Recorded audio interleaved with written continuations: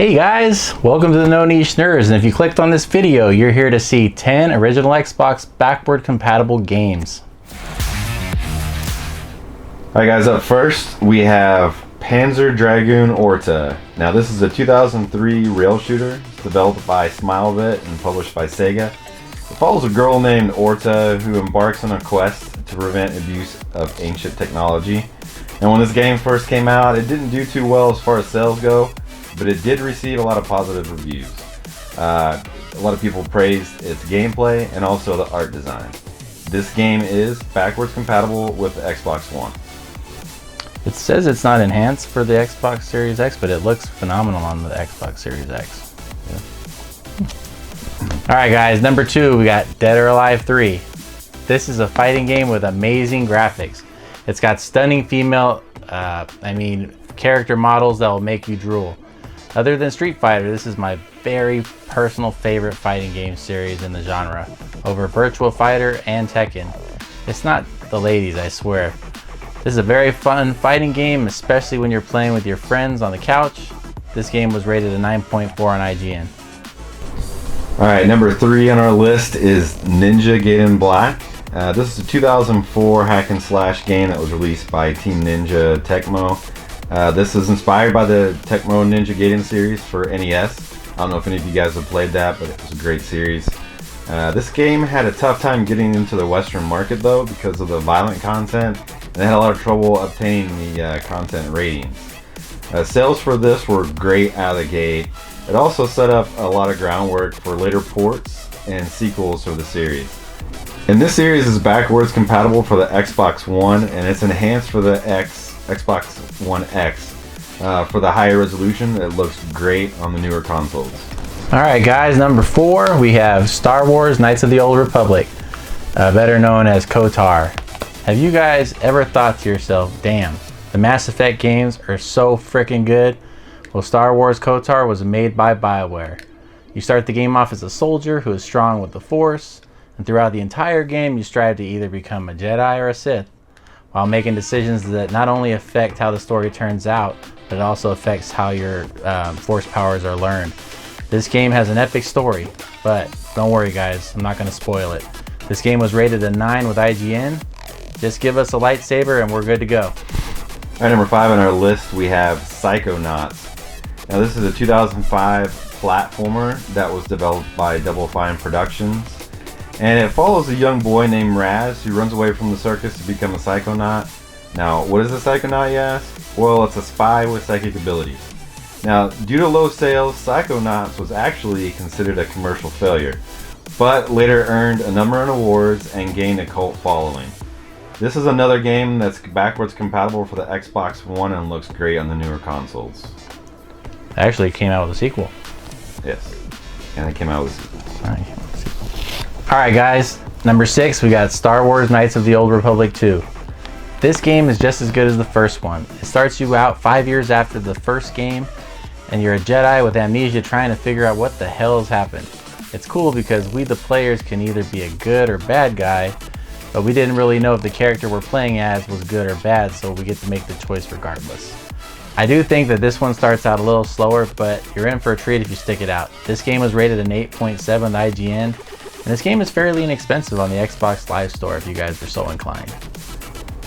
Number 7 on our list we have Gun Valkyrie. This is a 2002 third-person shooter that was developed by Smilevit, the same developers that did Panzer Dragoon Orta. It was also published by Sega. Now originally this was developed for the Dreamcast, at the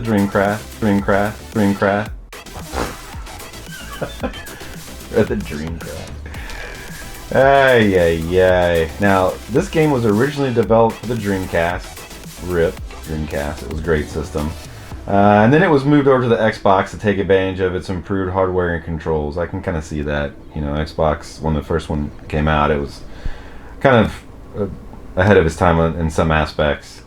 Now, critics did give this mixed reviews. A lot of people were citing that the game looked great, but it was too difficult to play because of the controls. There was a pretty steep learning curve, so a lot going on with that. Now, this game is also backwards compatible for the Xbox One, and it also looks great on the newer consoles as well. Alright guys, number 8 we have Conker Live and Reloaded. Holy crap, man. If you haven't played Conker's Bad Fur Day on the Nintendo 64, skip that and get this instead. This is only $10 on the Xbox Live Store.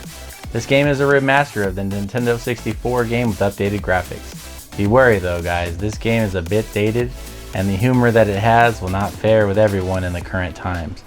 This game has a giant mound of poo that sings, a caveman, a vampire, and a sexy flower that's in need of your pollination. It's got a lot of cursing. For the time of its release on Nintendo 64, it broke so many boundaries and was quite revolutionary. This game was rated an 8.1 with IGN. Alright, number 9 on our list we have Blood Rain 2. Now this is an action hack and slash game that was developed by Terminal Reality, and it came out in 2004. This game did not follow directly from the first Blood Rain. Sorry, it was set. I apologize. Just gonna fucking redo it. We should leave that in there for the first Bloodborne.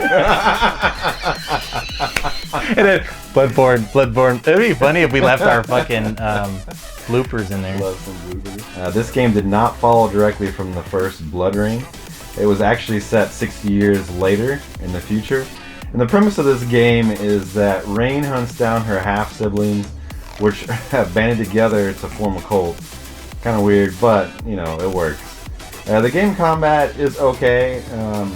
Nothing stellar, especially for the time. But I did like how you could cut up your enemies or feed on them for health and stuff like that. It's kind of cool. Overall, this is a pretty good game. I'd give it probably a 6 out of 10. It is backwards compatible for the Xbox Series S and X, so it does get a little boost from the newer consoles. That's my fault. I fucking put. What did I write? Blood Raybone? Yeah. Blood Raybone. Yeah, Blood Raybone. Alright guys, number 10. This is the last game. This is the highest rated game in this video, coming in at a 9.9 with IGN. BioWare was skeptical that Star Wars KOTOR was highly popular because of the Star Wars brand, so they decided to develop Jade Empire, which takes KOTOR's best elements and greatly builds off of them. Jade Empire centers around kung fu films and Chinese mythology. It has amazing combat, it's fun, goofy, corny, and serious all at the same time. Even though Jade Empire is the better game all around over KOTOR, I still choose KOTOR because I am a huge Star Wars nerd. Nothing wrong with that. Star Wars is great. Sorry. Great series, great game, movies, everything. So, well, that's it for today's episode.